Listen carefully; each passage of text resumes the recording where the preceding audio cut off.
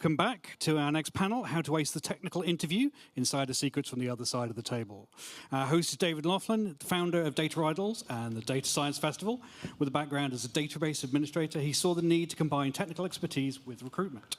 At Data Idols, he helps organizations improve data project delivery through consulting, recruitment, training, and events. I'll hand over to Dave to introduce the panel. Amazing. Thank you, Matt. I'll tell you, Dave sounds like a good guy. That's the first time I've been introduced. Normally I just turn up and people are like, who's this dude? But yeah, amazing. Thank you all for joining us. Thank you for being part of the day.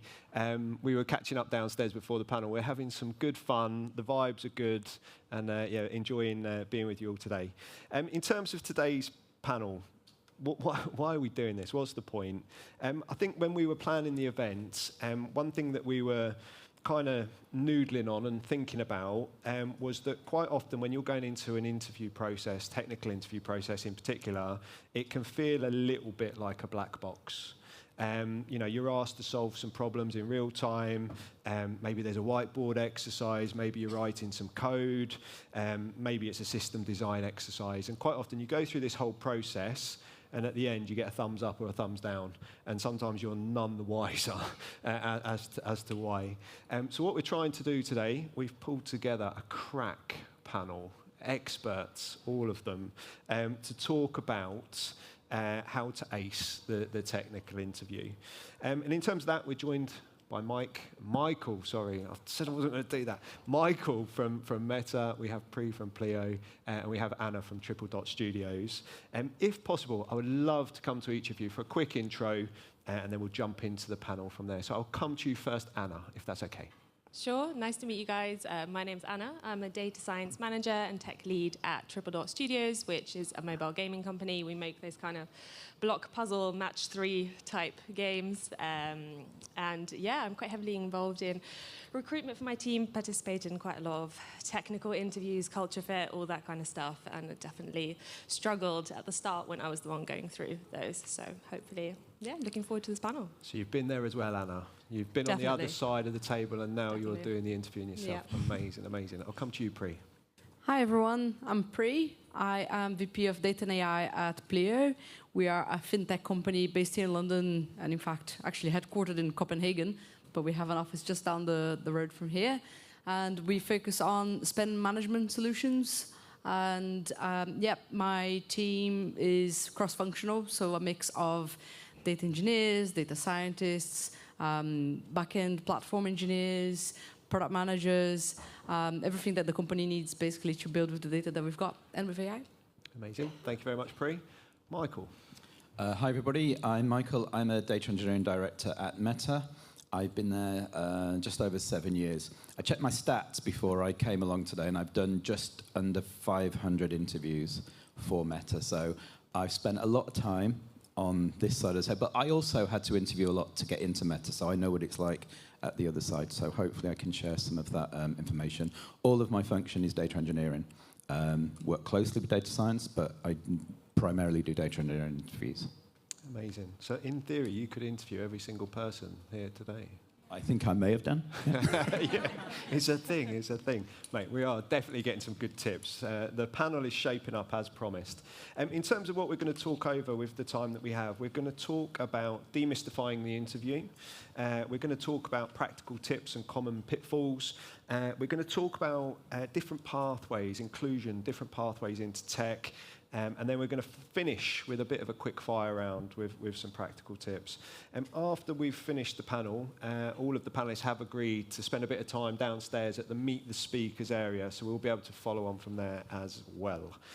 In terms of demystifying the interview then, the first question that I wrote down, the first one that popped to mind, I was clearly going straight in when I was coming up with these ideas, but my question is, when you're interviewing, what's the number one thing you actually what's the number one thing you're actually looking for in a candidate?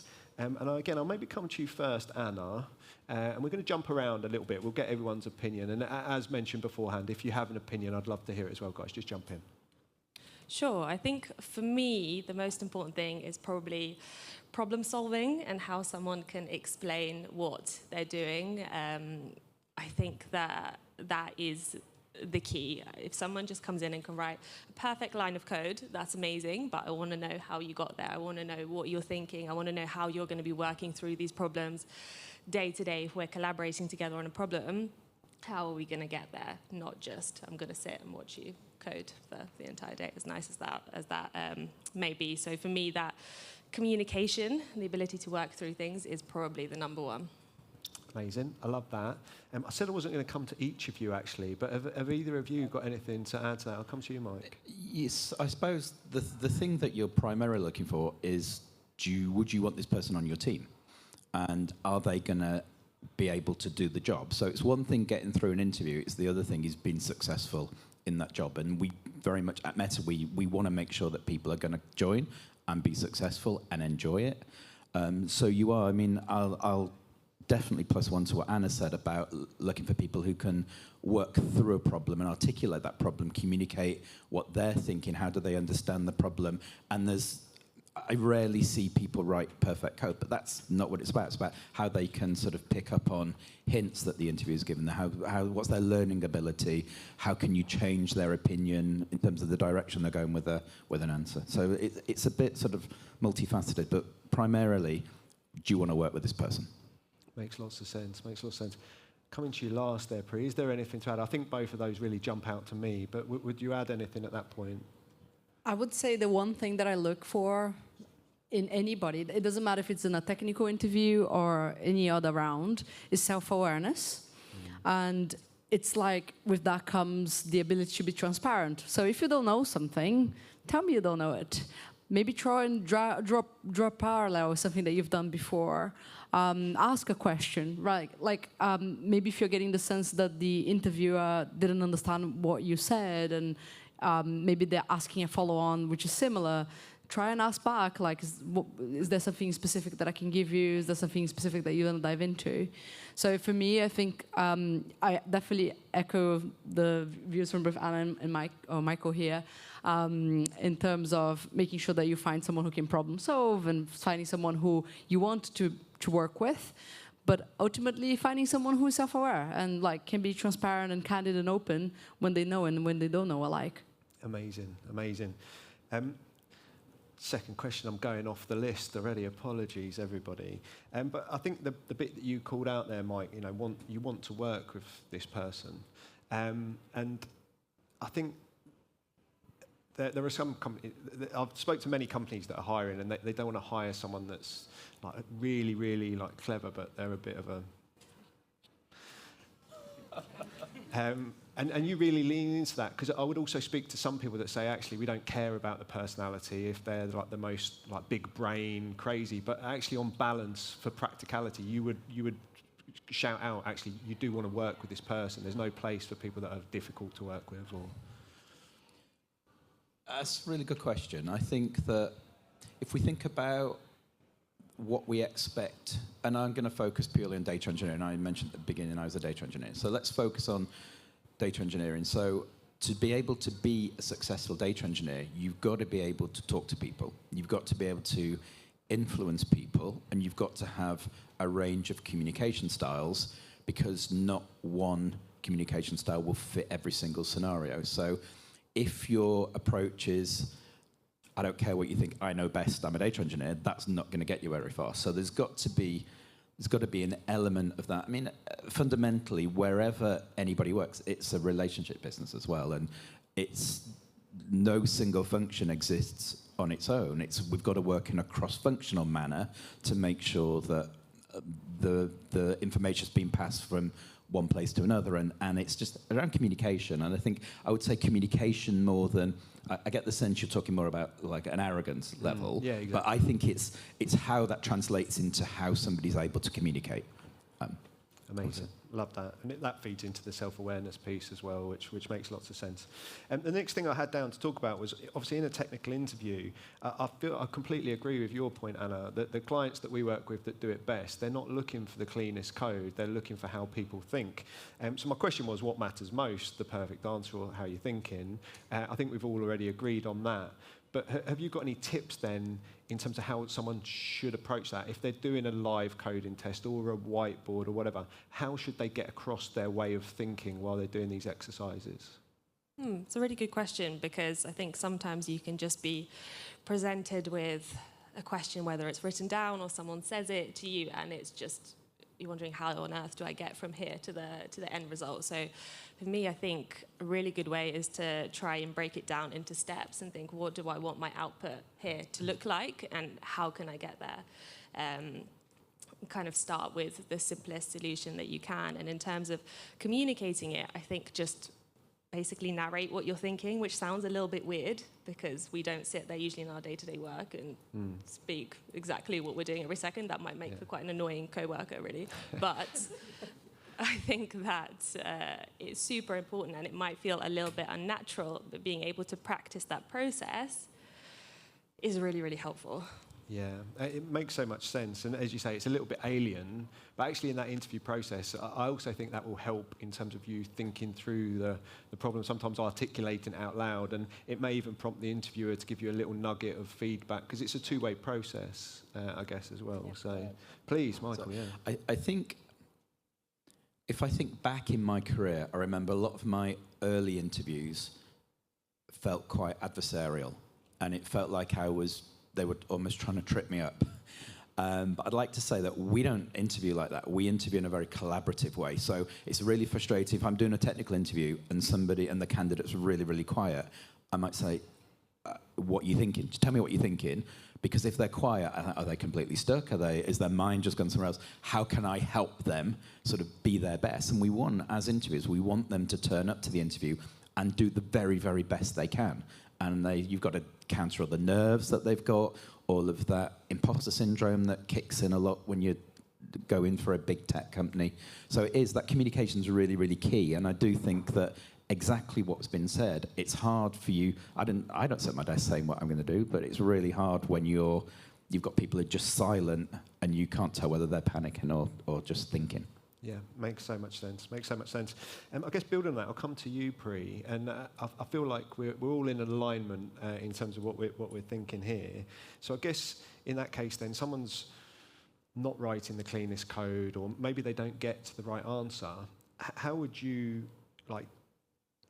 get to a decision where you're going to say this person's got potential? Are there things that you look for when they're going through this communication piece? Yeah, so I'll caveat by saying it depends also on the level of the role and the experience that comes with the level of the role that we expect. So if there is something that they've got wrong, that is fundamentally wrong, and they're applying for a senior role, it might be a concern, but then we start digging into, okay, what are other things that maybe you've done which are kind of similar or in parallel to this, that maybe allows us to see that you've got that understanding elsewhere, maybe the depth of knowledge in something that is similar but is not exactly the same. We all get stuff wrong. Like, just know, we all have gotten stuff wrong in an interview. All of us, I am sure. And we get stuff wrong every day in our day-to-day lives. It's okay. So it's not so much about getting a pristine answer and everything right all the time, but the way that we assess potential is essentially trying to understand the explainability. Can you draw a parallel? Can you explain your thinking? For sure. But if there is something that we are looking for, like maybe we have a question on data structures, and maybe someone doesn't know what a particular data structure means, and maybe they make the wrong assumption, maybe they got it wrong. I personally have corrected people in an interview where I was like, actually, it's not quite that, it's this. And they'll be like, oh, like, again, going back to self-awareness, really sorry, got it wrong, I thought it was this thing. Now that you've told me this information, this is how I recover from it. So it's about adaptability.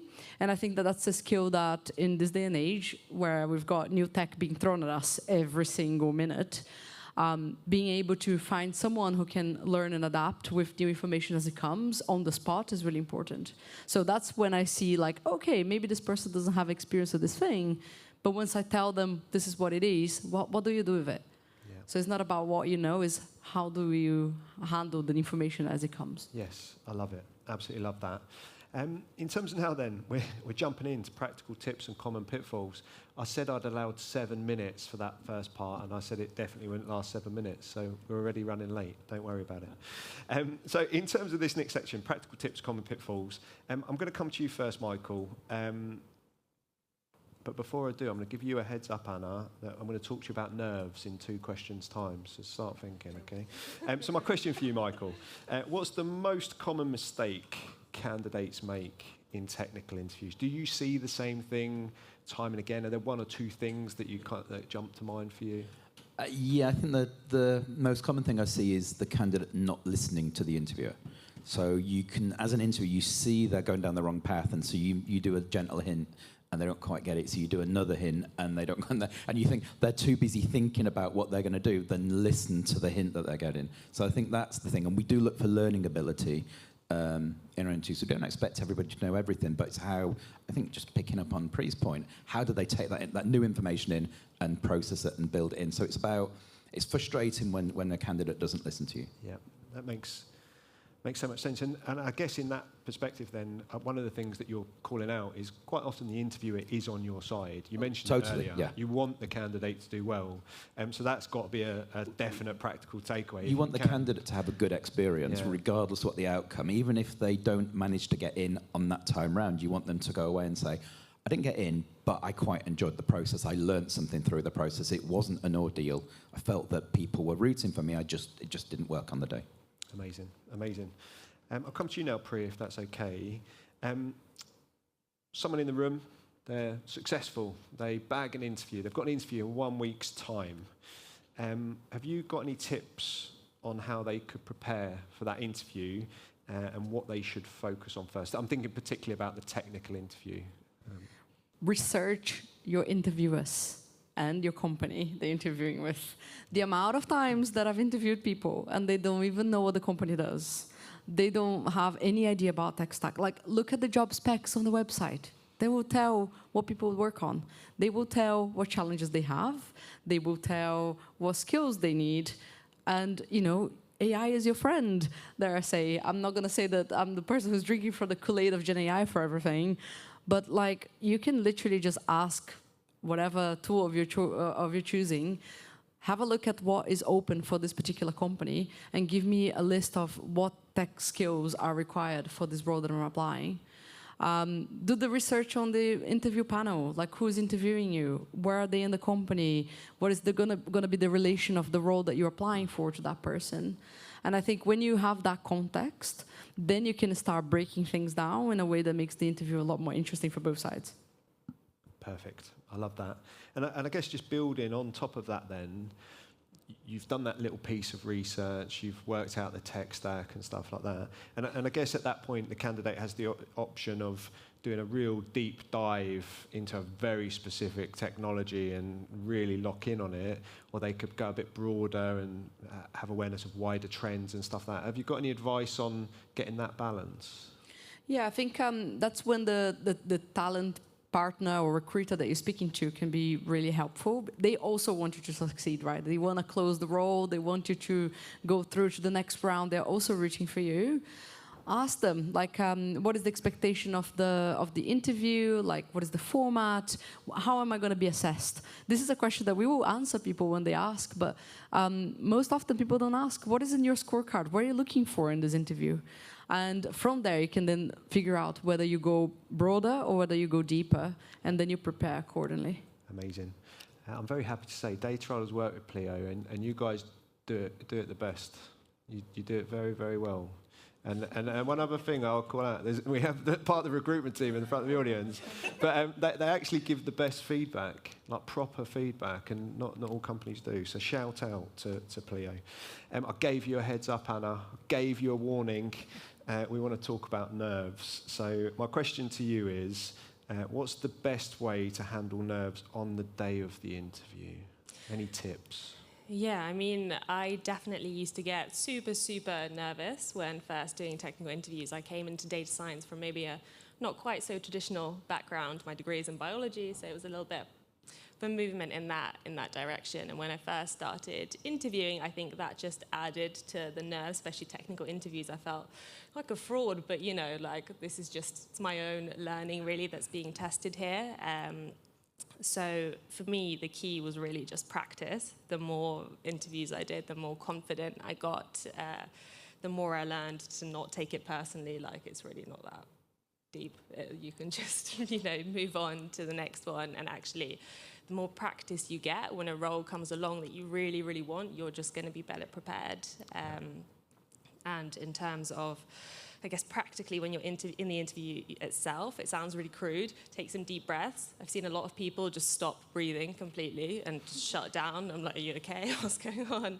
But just take some deep breaths, ease into it. If you could, just kind of ease into it with your interviewer, it helps a lot. Not every interviewer is necessarily going to help you. We like to think that, people want to be there for you. Not everyone is necessarily great at interviewing when they start out as well, so just be conscious of that. That is a real thing. Not everyone should be out there interviewing. If I'm perfect, it's not for everybody. If you don't mind me asking then, when you had that moment of success, you've come from that different background, as you say, biology background, you've obviously been successful, you've passed the test, you've gone on and built a career from there. But what do you think it was for you that was that click? Was it just the person or the company or the interview? Was it just the right match at the right time? Or what was it that was the success factor for you?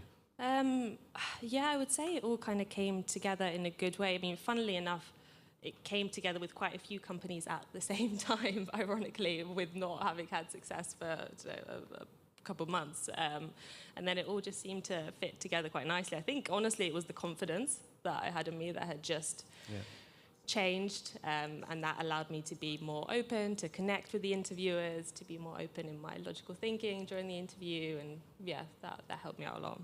Love that. Anything else to add from you guys, or shall I keep blitzing? I'm on it. Can I add another practical suggestion for how to prepare for an interview? Again, AI is your friend. I mean, most of the time.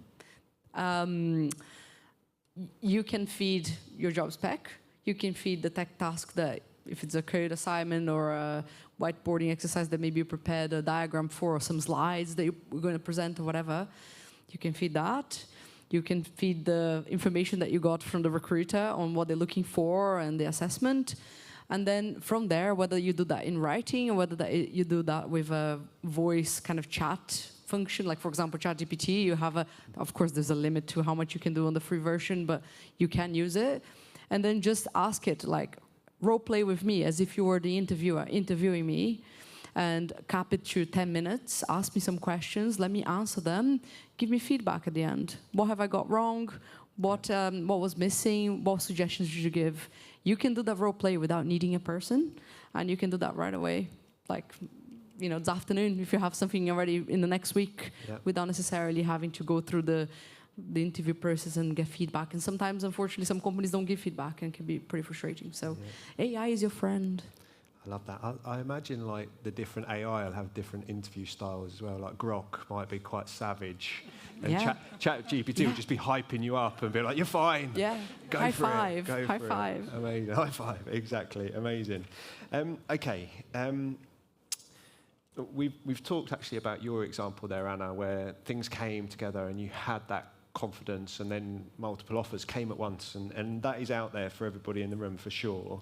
I guess there is also a point where perhaps you can get a bit stuck, and you can have perhaps had a few no's. So I just wondered if any of you had any tips. If you're going through the interview process, you're starting to feel a bit stuck in the interview process. Have you got any tips at that point? Either in the interview or just in general. These ones are the hardest, aren't they? Yeah, how can I answer that? I'll use my personal example of when I was interviewing for Meta. I did my interviews on site in San Francisco, so I was already jet lagged, and I'd had a day full of them, and it was my last interview, and it's a technical interview.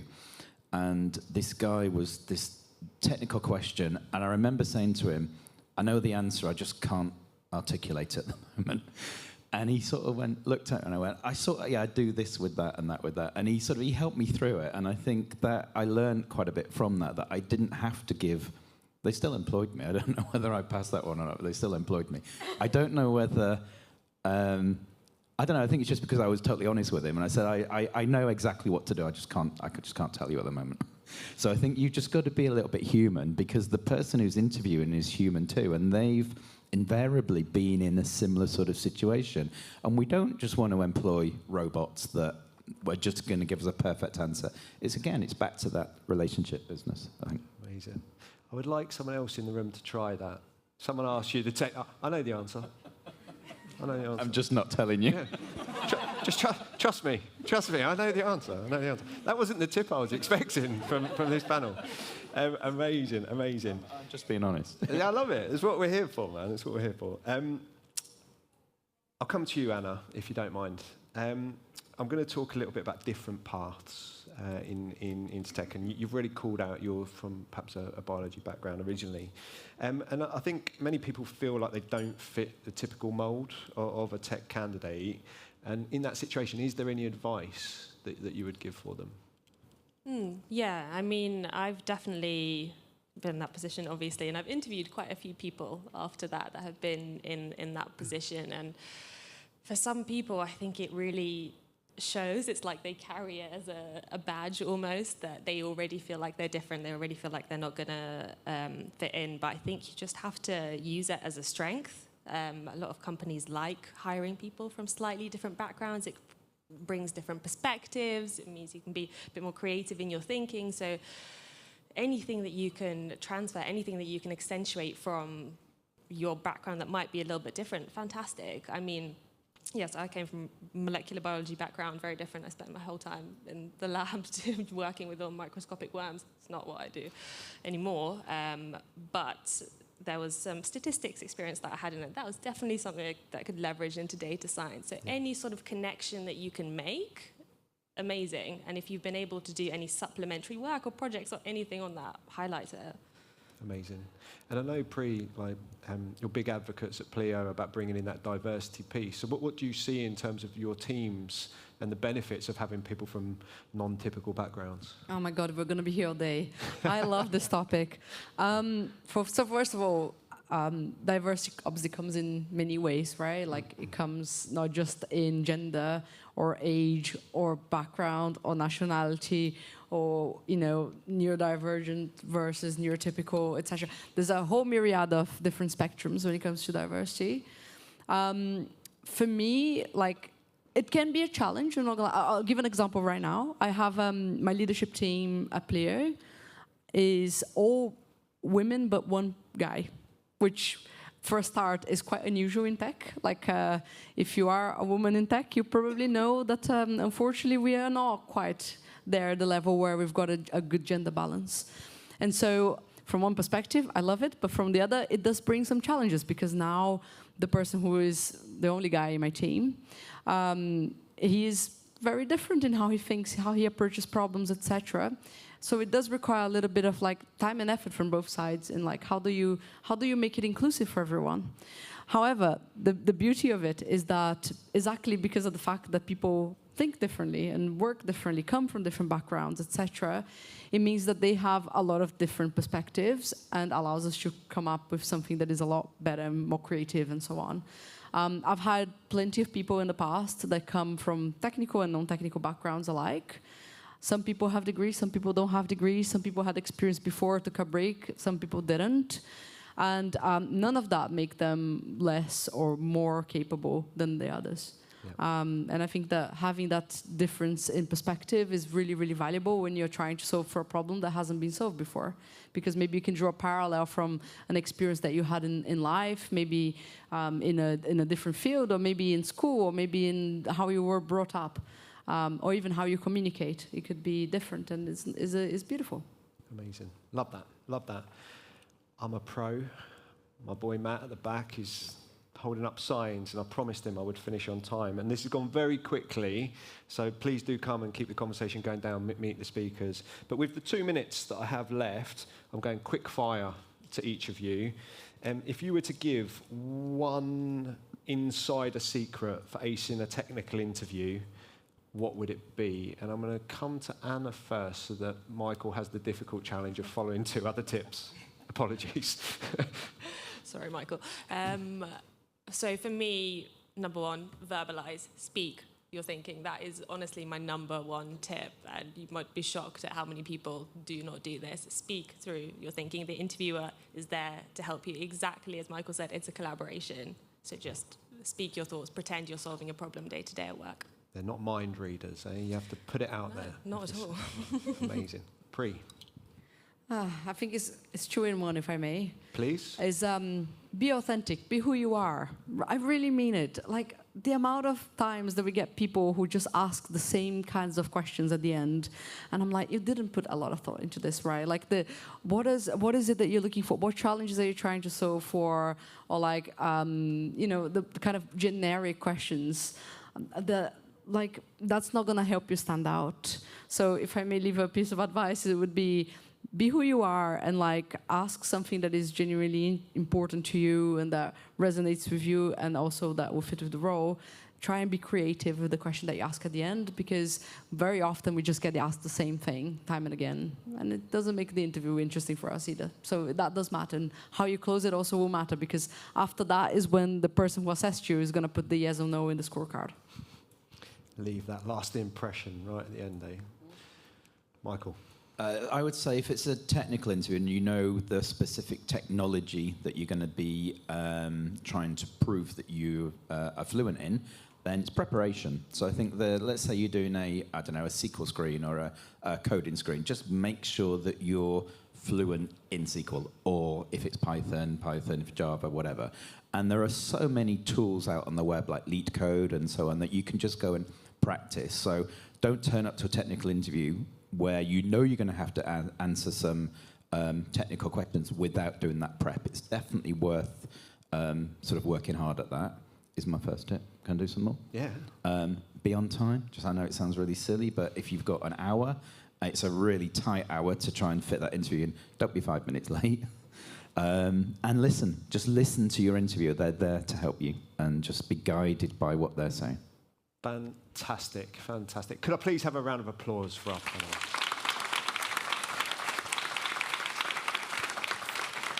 As mentioned, we're going to head downstairs and talk to many of you as possible. The other thing I'd call out, the rest of the schedule is looking great. So we have a talk later on about how to interview the interviewers, which for me, my one tip is that is as important. I know sometimes you're looking for a job and you just want a job, but it is also like there's levels to the jobs. And sometimes if you have a crap interview, it's because they're not the right company. So I'd definitely go to some of the other talks that we have, how to interview the interviewers. But is that us, Matt? You coming back? Yeah. Come on. Thank you very much.